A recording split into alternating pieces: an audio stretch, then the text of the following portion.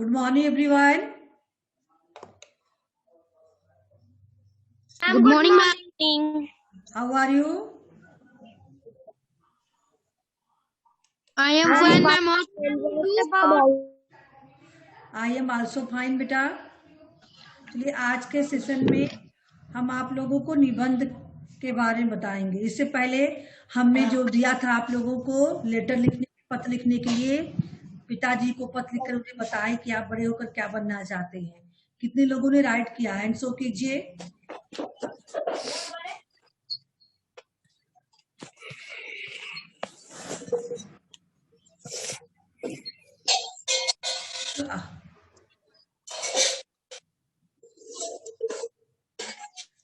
कितने लोगों ने राइट? कोई नहीं राइट किया है. हैंड शो नहीं कर रहे हैं आप लोग. मैंने भी किया है. अच्छा, सिद्धात्री आपने पत्र में क्या लिखा है? सिद्धात्री,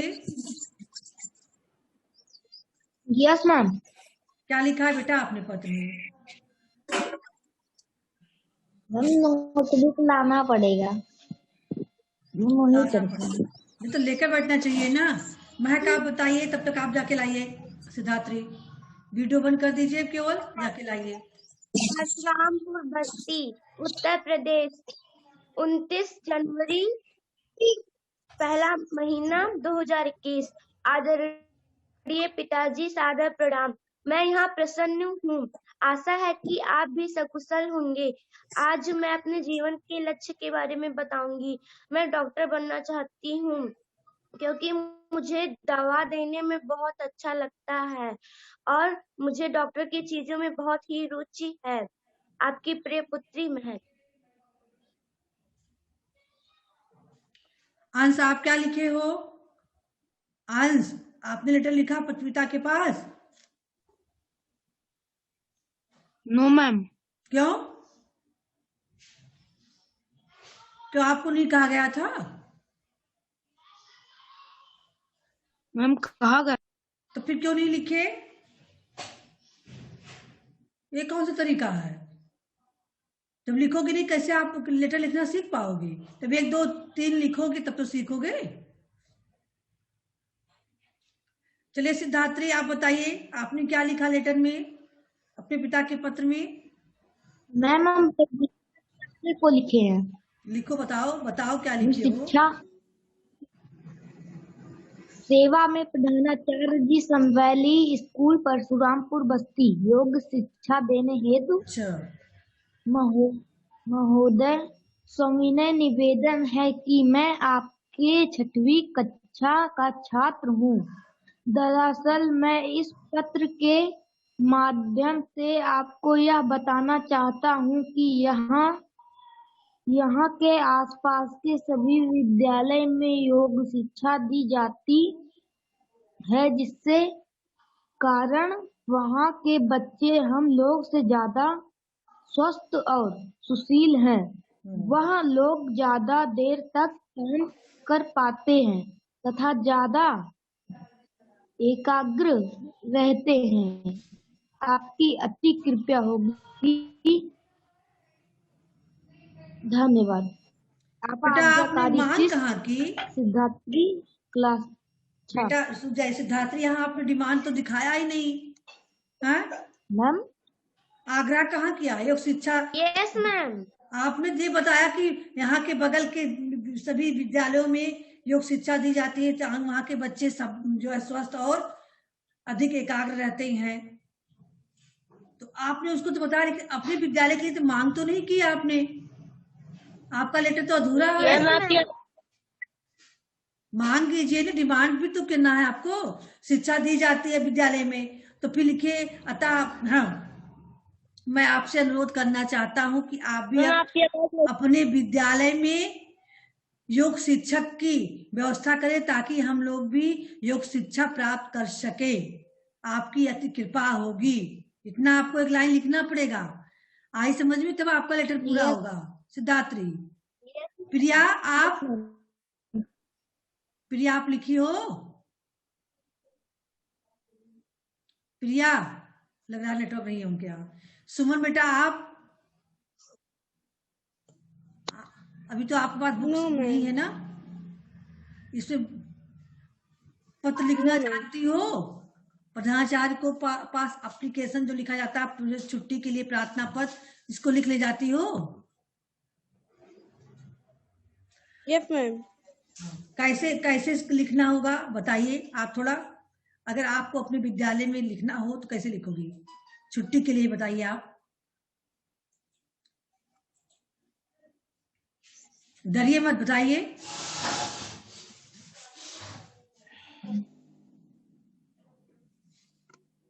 महोदया, ऐसे पहले हमारे स्कूल का नाम सनवैली स्कूल है। नहीं मैं बेटा, आपको बाद में नहीं लिख सकती। देखिए, नहीं इस तरह से नहीं है। आपको आपके पास जो भी ग्रामर की बुक्स है, 3rd की, 4th की, 5th की भी, उसमें देखिए लेटर लिखना आपको बताया गया है, कैसे जो है औपचारिक लेटर लिखा जाता है पत्र, और कैसे अनौपचारिक पत्र लिखा जाता है, आप उसको देखिए। ठीक है, इस तरह से लिखा है, सेवा में प्रधानाचार्य महोदय, महोदया प्रधानाचार्य, आचार्य दोनों है अलग, तो आप प्रधानाचार्य महोदया लिखेंगे आप।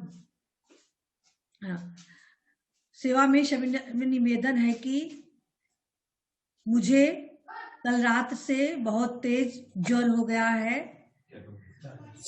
जिससे मैं विद्यालय आने में असमर्थ हूँ, अतः आपसे अनुरोध है कि मुझे 2 दिन 3 दिन जो भी आपको अवकाश लेना हो बताएंगे के लिए अवकाश प्रदान करने की कृपा करें। मैम आपकी आवाज मैम कट कट कर आ रही है।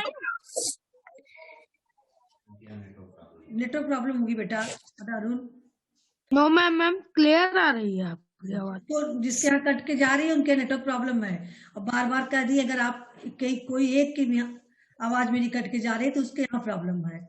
अगर सबको नहीं मेरी आवाज सुनाई देती तब लगता कि यहाँ प्रॉब्लम है।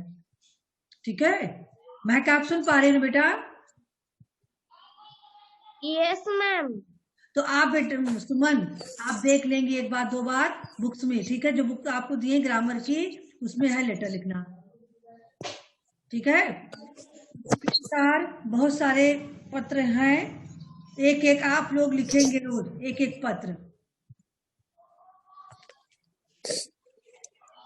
सभी लोग 6 के बच्चे सुन लीजिए, जो पत्र लिख रहे हैं वहां टिक कर लिया करें, एक एक पत्र आपको रोज लिखना है। Yes ma'am. ठीक है, हाँ, यस मैम। प्रार्थना पत्र, इसमें से जो हो गया उसको टिक कर ले, जो नहीं हुआ है एक एक यानी सारा पत्र आपको लिखना है। इसको जब लिखोगे तभी आपको पत्र लिखने की कला विकसित होगी, है ना? मैंने एक और किया था इसमें वैसे। हाँ, एक एक पत्र रोज लिखो। ठीक है, चलिए अगला चैप्टर में आपका है निबंध। निबंध के बारे में हम बताएंगे आज। मैम स्वच्छ भारत में मैम पढ़ उठा था मैम ये वाला। स्वच्छ भारत हमने कुछ और कहा था आप लोगों से तैयार करने के लिए, कोई निबंध दिया था? Yes ma'am. कौन सा बेटा बताइए? डस्टबिन। हाँ मैम डस्टबिन मैम, जैसे लोग कूड़ा बना के तो रख आप लोग दिया को जाए। घर पे बताए थे स्वच्छता के लिए, तो आप लोगों को बताए थे घर पे अगर न हो तो स्वच्छता के लिए आप क्या यूज कर सकते हैं, इसके बारे में बताया था। चलिए हम आज आप लोग विद्यार्थी हो, एक मैम आपने दशहरा का भी निबंध लिखने को दिया था। हाँ बेटा, मैम दशहरा पे जब दशहरा था तब दिया गया था। चलिए आज हम विद्यार्थी पे निबंध पढ़ेंगे, है ना? एक विद्यार्थी, आदर्श विद्यार्थी कैसा होना चाहिए? आप लोग विद्यार्थी हो इसलिए आपको अपने अंदर कौन सी अच्छाइयाँ लानी है और किन बुराइयों का त्याग करना है, आप लोग ध्यान से सुनेंगे और इसको अपने जीवन में ग्रहण करेंगे। ठीक है, अगर आपको आपके गुणों के अनुरूप आपके अंदर है उसको आप डालने का प्रयास करेंगे, और जो कुछ नहीं है उसको ग्रहण करने का प्रयास करेंगे, जो अच्छाइयाँ हैं। कोटेशन डाल के बढ़िया से निबंध राइट करना चाहिए, पहले ही बताया था। तो चलिए विद्यार्थी जीवन पे निबंध हम आपको बता रहे हैं किस प्रकार से। ज्ञान की है प्यास जिसमें वो सफल विद्यार्थी, क्या है? ज्ञान की है प्यास जिसमें वो सफल विद्यार्थी, लक्ष्य पर है आंख जिसकी वो सफल विद्यार्थी। मैम आपकी आवाज रुक रुक के आ रही है। अंश हमने आपको जब भी आप सेशन ज्वाइन करते हो तब आपकी यही प्रॉब्लम होती है। आप क्यों नहीं समझने की कोशिश करते हो कि नेटवर्क प्रॉब्लम आपके घर पे है, इसलिए आपको मेरी आवाज नहीं सुनाई दे रही है। क्यों बीच में डिस्टर्ब क्या करते हो बार बार? मैम आपकी आवाज क्लियर आ रही है, मैम आपकी आवाज रुक जा रही है बीच में। जैसे भी आ रही है आराम से सुनिए आप लोग। बाकी लोग सुन पा रहे हो ना ठीक से मुझे? Yes ma'am. तब बताइए प्रॉब्लम आप समझने की कोशिश नहीं कर रहे हो, बार बार यही सब करते हो, नेटवर्क आवाज नहीं सुनाई दे रही है। हाँ चलिए बेटा, संस्कृत में एक श्लोक कहा गया है विद्यार्थी के ऊपर, काक चेष्टा वको ध्यानम।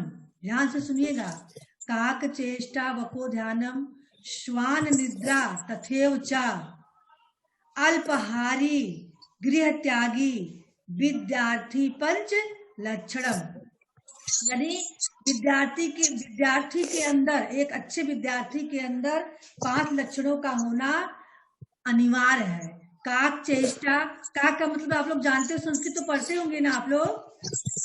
काक किसको कहते हैं?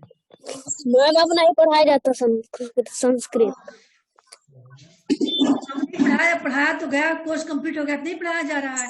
काक का मतलब होगा क्या, कोई बताए? कौवा। काक का मतलब होता है कौवा। काका, कौवा। हाँ, काका, काक, ठीक है।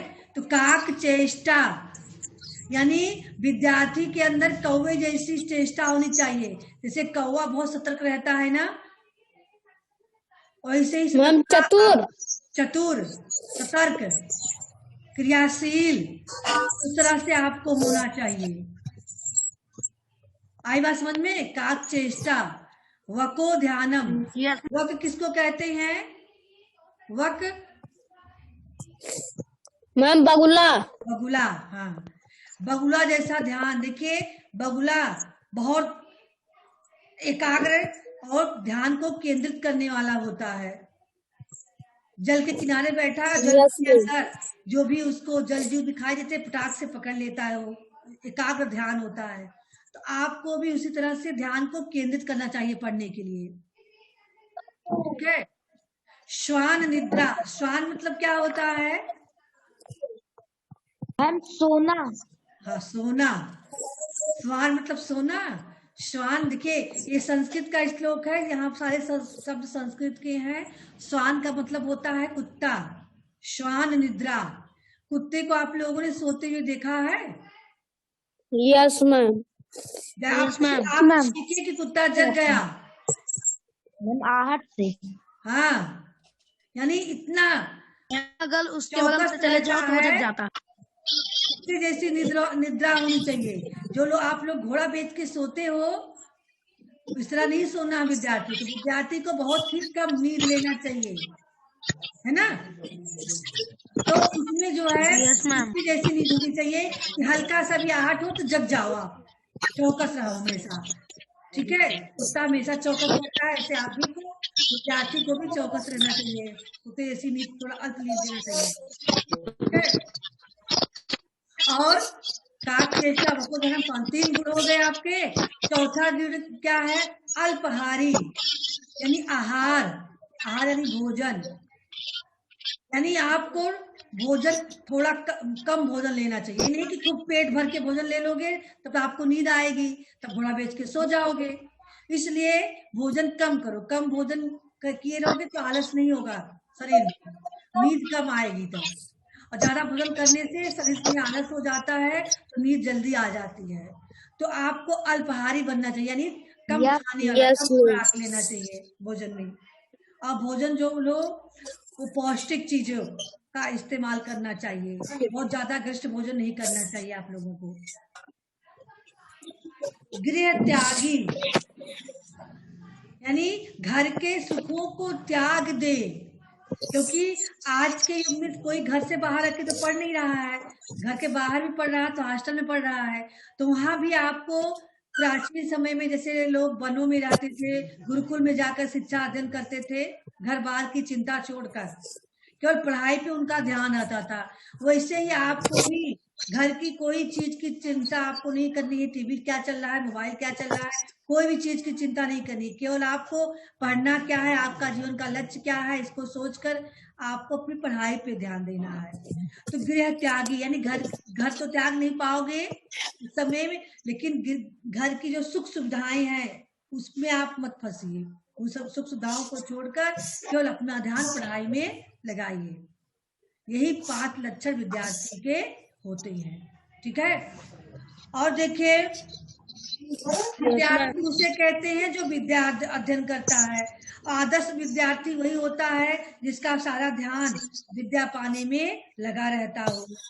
आप लोग ध्यान देंगे, देखे होंगे, द्रोणाचार्य का नाम भी सुने होंगे। महाभारत में अर्जुन के जो गुरु थे, गुरु द्रोणाचार्य। अर्जुन क्या, कौरव पांडव दोनों पक्षों के गुरु थे, है ना। वे सभी को धनुर्विद्या, धनुष की शिक्षा देते थे, किंतु उनका उसमें से सभी कौरवों में से पांडव सभी में से सबसे आदर्श उसमें कौन था धनुष विद्या में? अर्जुन थे, अर्जुन, है ना। उन्हें केवल अपना लक्ष्य दिखाई देता था। ऐसे ही आपको भी अपना लक्ष्य दिखना है। देखो, अन्य शिष्यों को चिड़िया भी दिखाई देती थी, पेड़ भी दिखाई दे दिया, और भीम को तो गुरुजी और उनके चरण भी दिखाई दिए। और जिस विद्यार्थी को अपने लक्ष्य के सिवा और कुछ भी दिखाई देता है वह आदर्श विद्यार्थी नहीं हो सकता। उसका मतलब है कि उनका ध्यान इधर उधर भटकता रहता है। यानी चिड़िया टांग दी गई, धनुष विद्या जब दिया जा रहा था, सामने कोई चीज टांगी जाती थी, आपको बताया जाता था कि चिड़िया के आंख में निशाना लगाना है ना। नो मैम, चिड़िया उड़ रही थी, चिड़िया की पैर दिखाई दे रही है, पंख दिखाई दे रहे हैं, गुरु के पैर दिखाई दे रहे हैं, लेकिन अर्जुन को क्या दिखाई दे रहा था? केवल उसकी आंखें। इसलिए अर्जुन जो है श्रेष्ठ बन पाया। ऐसे ही आपको भी कोई चीज नहीं दिखाई देनी है, बल्कि जो आपका जीवन का लक्ष्य है उसको देखना है और उसी के अनुरूप अपने विद्या को विद्या ग्रहण करके ही आगे बढ़ना है। आदर्श विद्यार्थी तपस्वी होता है, वह विद्या पाने के लिए हर कष्ट सहने को तैयार होता है। यानी कहने का मतलब ये नहीं कि हमने ठंडी लग रही है तो हमें गर्मी लग रही है तो हमें फाइन चाहिए तभी हम पढ़ पाएंगे, हमें मोबाइल चाहिए तभी हम पढ़ पाएंगे, हमें ये चाहिए, ऐसा नहीं होना चाहिए। अगर आपको विद्या अध्ययन करना है तो आप कठिनाइयां से भी, अपने शरीर को कठिनाई देकर भी गर्मी सहन करें, ठंडी सहन करें, बैठ के पढ़ाई करें, तो यही तपस्या होगी आपको। तो उसे विद्यार्थी को निरंतर साधना और अभ्यास की जरूरत होती है। अच्छा विद्यार्थी अभ्यास को कल पर नहीं छोड़ता। यानी आज काल करे सो आज कर, आज करे सो अब, पल में परलय होगी बहुर करोगे तब। यानी कोई भी काम आपको कल पे नहीं छोड़ना है कि चलो ये काम कल हो जाएगा, ये होमवर्क कल पूरा हो जाएगा, ऐसा नहीं करना है। बल्कि जो हम हो सके कल जो करने वाला काम उसको हम आज ही कर ले। हो सकता है कल मेरी तबीयत खराब हो या कोई काम पड़ जाए तो हम न कर पाए, तो चलो आज ही उस काम को निपटा दें। ऐसी भावना मन में होनी चाहिए विद्यार्थी को। ठीक है। देखिए, तो सबसे बड़ा गुरु आपका अभ्यास होता है। गुरु ने जो आपको शिक्षा दिया तो उसको शिक्षा को ग्रहण करने के लिए आपको निरंतर अभ्यास करना है, परिश्रम करना है, तभी आप उसमें सफल होंगे। यहाँ देखिए एक कहानी है एकलव्य की। देखिए अभ्यास की कहानी जो है एकलव्य से संबंधित है। एकलव्य ने कैसे अभ्यास किया था और बिना गुरु के ही उस धनुष विद्या में निपुण हो गया था। एकलव्य के सिर पर तो गुरु द्रोणाचार्य का भी आशीर्वाद नहीं है ना, फिर भी उसने एक मिट्टी की मूर्ति बना ली थी जिसकी द्रोणाचार्य की, और उन्हें गुरु मानकर उनके सामने निरंतर धनुष विद्या का अभ्यास करता रहा और अंत में जो है सबसे बड़ा धनुर्धर बना। मैम अर्जुन से भी बड़ा।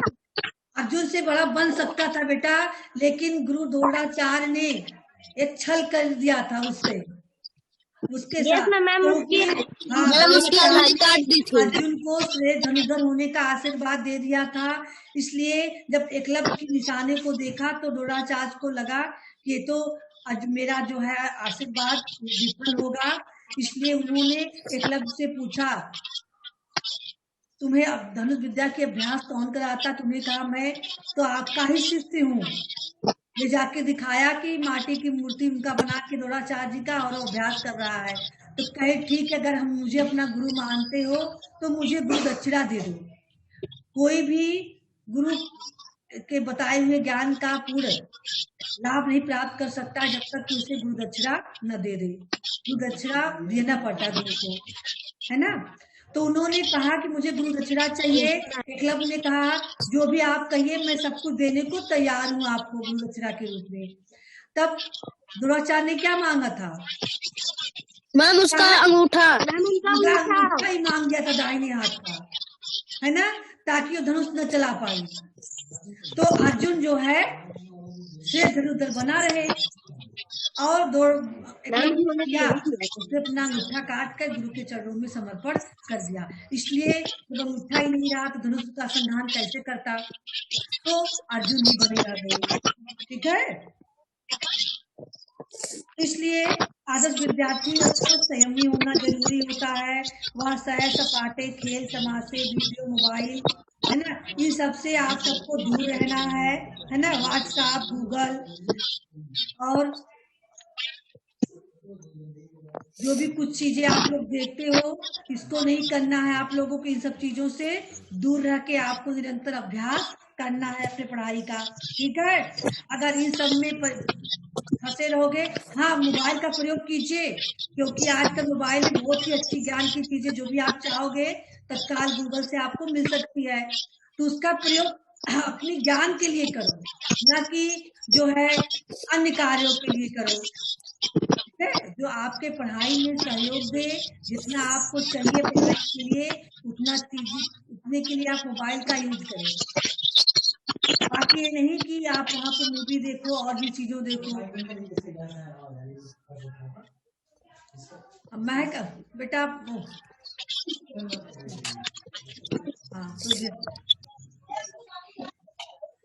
हाँ तो चलिए बेटा, तो आप लोग समझ रहे हो ना। इस प्रकार से गुरु विद्यार्थी को अपने गुरु की शिक्षा पर विश्वास भी होना चाहिए। अगर आप अपने गुरु पर विश्वास नहीं करोगे तो उसके द्वारा दिया गया जो ज्ञान है वो आप ठीक से अर्जन नहीं कर पाओगे, क्योंकि आपको ये नहीं लगेगा कि हाँ इस टीचर ने मुझे अच्छा पढ़ाया है ना। आपको इतना विश्वास होना चाहिए कि गुरु ने मुझे पढ़ाया तो बहुत ही अच्छा पढ़ाया है, यह समझ के आप उस ज्ञान को ग्रहण करोगे, तब आप सफलता प्राप्त करोगे। देखिए कबीरदास जी ने कहा भी है, क्या कहा है? गुरु कुम्हार शिष्य कुंभ है, गड़गड़ काढ़े खोट, अंतर हाथ सहार दे बाहर बाहे चोट। यानी जैसे कुम्हार अब घड़े को, कच्चा घड़ा होता है तो कहीं टेढ़ा मेढ़ा है तो थपथपा कर धीरे धीरे हाथ का सहारा देकर उसे थपकी लगाकर उसे सही आकार देता है ना। हाँ, वैसे ही गुरु भी अपने शिष्यों को उसके अंदर जो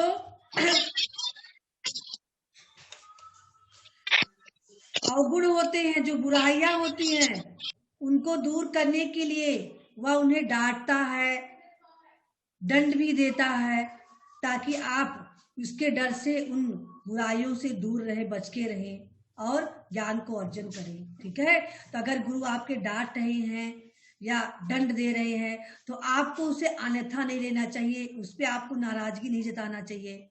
वो आपकी भलाई के लिए ऐसा कर रही है। ठीक है, इस प्रकार से गुरु अपने शिष्य को तपाकर सोना की तरह खरा बनाना चाहता है, इसके लिए उसे दंड भी देना पड़ता है और डांटना भी पड़ता है, साम दाम दंड भेद सभी अपनाना पड़ता है। तो आप लोग शिष्य का भी कर्तव्य होता है कि गुरु के दिए गए ज्ञान को वह नतमस्तक होकर स्वीकार करे और उस जो ज्ञान आपको दिया जा रहा है उसका सदुपयोग भी करें। इस प्रकार से सफल विद्यार्थी जीवन आप लोगों का है, यानी विद्यार्थी ब्रह्मचर्य आश्रम का पालन करते हैं। ब्रह्मचर्य आश्रम आश्रम व्यवस्था की प्रथम आश्रम है जो कि आप लोग इस समय हैं। यानी जब बच्चा स्कूल जाना शुरू करता है और जब तक उसको पूरा ज्ञान नहीं प्राप्त हो जाता, यानी 25 साल की आयु तक का समय ये ब्रह्मचर्य आश्रम के लिए दिया गया है। पुराने ऋषियों मुनियों ने जो हमारे समाज में आश्रम की व्यवस्था की थी, यानी व्यक्ति के जीवन को 4 भागों में बांटा था 25-25 साल का समय देकर, है ना। तो पहला समय उन्हें ब्रह्मचर्य आश्रम को दिया था। ब्रह्मचर्य आश्रम में बच्चा जब पैदा हुआ, बड़ा हुआ, यानी जब बच्चा बोलना सीख गया, उसके बाद से उसको ज्ञान अध्ययन करना है और 25 साल तक के अंदर उसे सारे ज्ञान अध्ययन करने के बाद अपने पैरों पे खड़ा होना था, धनोपार्जन करने के लिए तैयार होना है, ताकि वह अगला आश्रम क्या होता है, वांछित के बाद गृहस्थ आश्रम, तो गृहस्थ आश्रम में प्रवेश कर सके और धनोपार्जन करेगा, तभी तो समाज की सेवा करेगा, अपने परिवार की भरण पोषण करेगा, है ना, पारिवारिक जिम्मेदारी लेने लायक होगा। तो ये समय जो आपको मिला है ज्ञान अध्ययन के लिए, इस समय को आप एक एक पल का सदुपयोग करते हुए इसका जो है लाभ उठाइए और जो भी ज्ञान दिया जा रहा है उसको आप ग्रहण करें। ठीक है।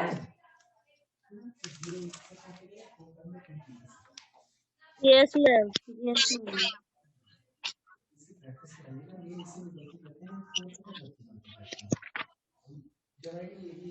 तो चलिए बेटा, ये तो था सफल विद्यार्थी, एक आदर्श विद्यार्थी के अंदर क्या होना चाहिए। Yes ma'am. महक बेटा, आपकी जो है आप माइक ऑन कर देते हो तो बहुत ज्यादा आवाज आने लगती है, माइक अपना बंद रखा करो। तो चलिए, विद्यार्थी के बारे में आप लोगों ने जाना। ऐसे ही आपके सिलेबस में बहुत सारे निबंध हैं जिसको आप पढ़ेंगे एक एक करके, और उसके बाद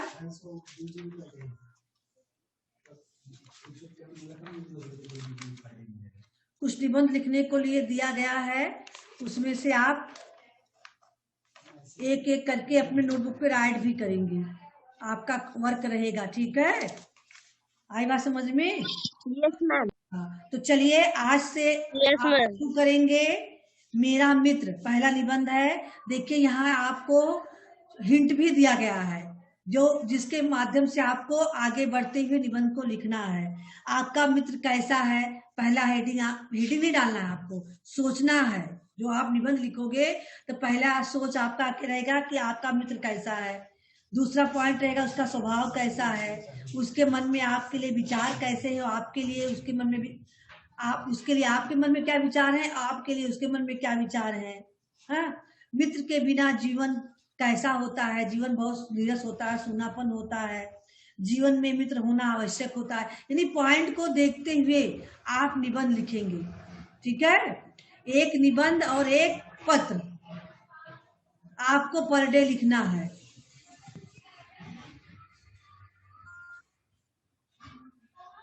समझ में आ रहा है? Yes ma'am, yes ma'am. आप कीजिए, एक दिन एक निबंध लिखिए, एक दिन एक लेटर लिखिए। आई बात समझ में? ऐसा एक दिन एक निबंध लिख के भेजो, एक दिन एक लेटर लिख के भेजो। आज आपको क्या भेजना, निबंध लेटर भेजे थे ना कल आप लोग? Yes ma'am. तो आज आप निबंध लिख कर भेजोगे, मेरा मित्र, है ना? Yes ma'am. आज मेरा मित्र निबंध लिखोगे, इस बार मंडे को फिर एक लेटर लिखोगे। यानी जो जितना निबंध दिया गया है सब पे आपको लिखना है। 12 निबंध दिए गए हैं, एक एक करके लिखना है और इसके बाद हम इस पे डिस्कस भी करेंगे क्लास में। ठीक है, कम से कम एक पेज से तो कम नहीं होना चाहिए आप लोगों का निबंध। यस मैम,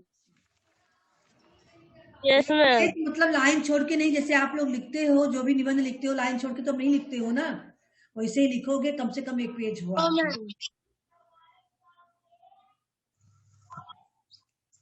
हाँ चलिए, अगला निबंध आपके बुक में दिया गया है, हमारा घर। तो चलिए इसको ध्यान में रखते हुए आप अपने घर के बारे में वर्णन करेंगे। इस निबंध को ध्यान में देते हुए आपका घर कैसा है इसका आप वर्णन करेंगे, ठीक है। तो सबसे पहले महक आप करेंगी, अभी आपके पास टाइम है 8 मिनट का, तब तक 2 लोग कर ले जाएंगे वर्णन। मैम ये वाला पढ़ना है मैम, या अपने घर के बारे में बताना है? जैसे इसमें दिया गया है, आपका घर भी तो ऐसे ही होगा, आखिर यही चीजें तो होगी, थोड़ा बहुत चेंजेस हो सकता है। हाँ चलिए। हमारा घर, इन शब्दों में कितनी मिठास है। अपने घर के बारे में सोचते ही हमें आनंद और सुख मिलता है। घर मकान नहीं होता, वह कोई ऊंचा विशाल अथवा छोटा सा भवन भी नहीं है। घर वह है जिसमें हमारे माता पिता, भाई बहन और अन्य सदस्य प्रेम पूर्वक रहते हैं। घर में सभी सदस्यों के बीच प्रेम, त्याग, ममता और कर्तव्य पालन की भावना होती है। वह घर नहीं जिसमें रहने वाले लोग आपस में लड़ते झगड़ते रहते हों। घर वह है जहाँ शाम को पहुँचने के लिए हमारा मन व्याकुल हो उठता है। घर पहुंचकर हम बड़े विश्वास के साथ अपने दुख सुख बांटते हैं। दिन भर की घटनाओं और कड़वी मीठी बातों को एक दूसरे के साथ सुनते सुनाते हैं। वहाँ हम साथ मिलकर खाना खाते हैं, एक दूसरे के दुख सुख को जानने की कोशिश करते हैं और सुख चैन के साथ सोते हैं। घर वह है जहाँ कोई हमारे लौटने का इंतजार करता है और समय पर लौटने पर सभी का मन व्याकुल हो उठता है। ऐसे घर की कामना कौन करेगा? किसी ने कहा भी है, जिस घर में अपनत्व है और भरा है प्यार, ऐसा घर ही स्वर्ग है, ऐसा घर ही उपहार।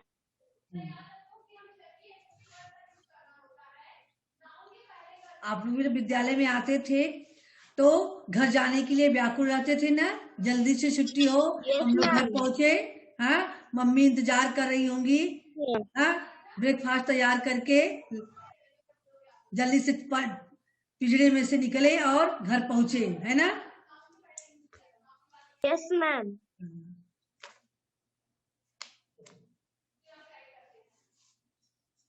अच्छा प्रिया, आप बताइए आपके जीवन का लक्ष्य क्या है? मेरा जीवन लक्ष्य, सभी के अपने अपने जीवन का लक्ष्य अलग अलग है। इसमें जो भी दिया गया है वो आपके लिए नहीं है, जिसने लिखा होगा उसके जीवन का लक्ष्य होगा। आपका लक्ष्य कुछ और हो सकता है, तो बता सकती हैं आपके जीवन का क्या लक्ष्य है? बताइए। मैम खाली इतना ही बताओगी? क्यों ऐसा बनना चाहती हो? टीचर के लिए तो देखिए यहाँ दिया भी गया है। हाँ, यस। पढ़िए, बताइए, पढ़ के बताइए, अभी समय है 5 मिनट का। हाँ, यस मैम। हर बच्चे आने वाले कल और सपने देखते हैं। मेरा सपना छोटा सा है, मैं एक साधारण सा अध्यापक बनना चाहती हूँ। मैंने सुना है कि सेंटेंस को जहाँ भी लिंक परिवर्तन करना होगा आप करेंगी। चलिए। मैंने सुना है कि अध्यापक देशों की निवृत्त होती हैं। बच्चों को शिक्षा देने उन्हीं का काम है। अध्यापक जैसे चाहते हैं बच्चे वैसे ही बनते हैं। यदि अध्यापक देशभक्त हैं तो बच्चे ही देशभक्त बनते हैं। यदि अध्यापक कर्मचारी हैं तो छात्र भी कामचोर। कामचोर बनते हैं। पूरी की पूरी पीढ़ी को संस्कार देना। सिद्धार्थ, आप वीडियो बंद करके क्यों बैठे हो? पूरी महान काम है। मैं इसे महान काम वीडियो में क्यों बंद अपना कर देते हो? तन मन लगाना चाहती हूँ। मैं ऐसे अध्यापक बनना चाहती हूँ जो बच्चे के जीवन में रुचि ले। मैं पुस्तक पढ़ाने तक ही बांधना नहीं चाहती, तो पढ़ाऊंगी ही। असली काम है छात्रों को व्यवहार और रचयिता को उन्नत बनाना। इसके लिए व्यवहार और चरित्र को उन्नत बनाना। व्यवहार और चरित्र का उन्नत बनाना। इसके लिए मैं उनके सुख दुख में भाग लूंगी, उनके नजदीक जाऊंगी, उन्हें मधुर व्यवहार करने की शिक्षा दूंगी। जब वे गलत मार्ग पर चलेंगे तो मैं उन्हें सावधान करूंगी। इस प्रकार छात्र मेरी बात सुनेंगे व पढ़ाई भी रुचि लेंगे और जीवन में भी। अध्यापक में 2 योग्यताएं का होना आवश्यक है। विषय की पूरी समझ और उसे सरलता से समझने की कला। जो अध्यापक अपने विषय में कुशल नहीं होता, वह छात्रों के साथ अन्याय करते हैं। कुछ अध्यापक विषय तो जानते हैं कि को आसानी से समझ नहीं पाते। दोनों ही अध्यापक असफल होते हैं। इसलिए मैं कोशिश करूंगी कि छात्र अवस्था में ही अपने विषय को पूरी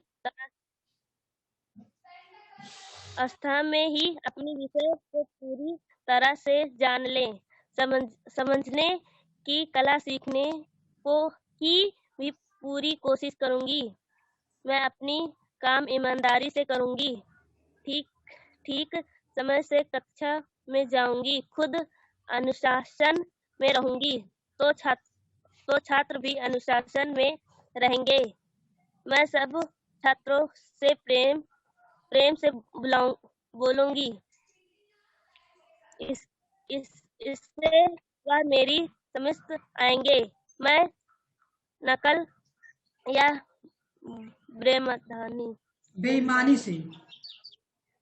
बेईमानी से कभी उनकी मदद नहीं करूंगी। इस प्रकार मैं एक कुशल अध्यापक होने का सपना पूरा करूंगी। मैं करीब के इस दोहे को पूरी तरह से याद रखूंगी।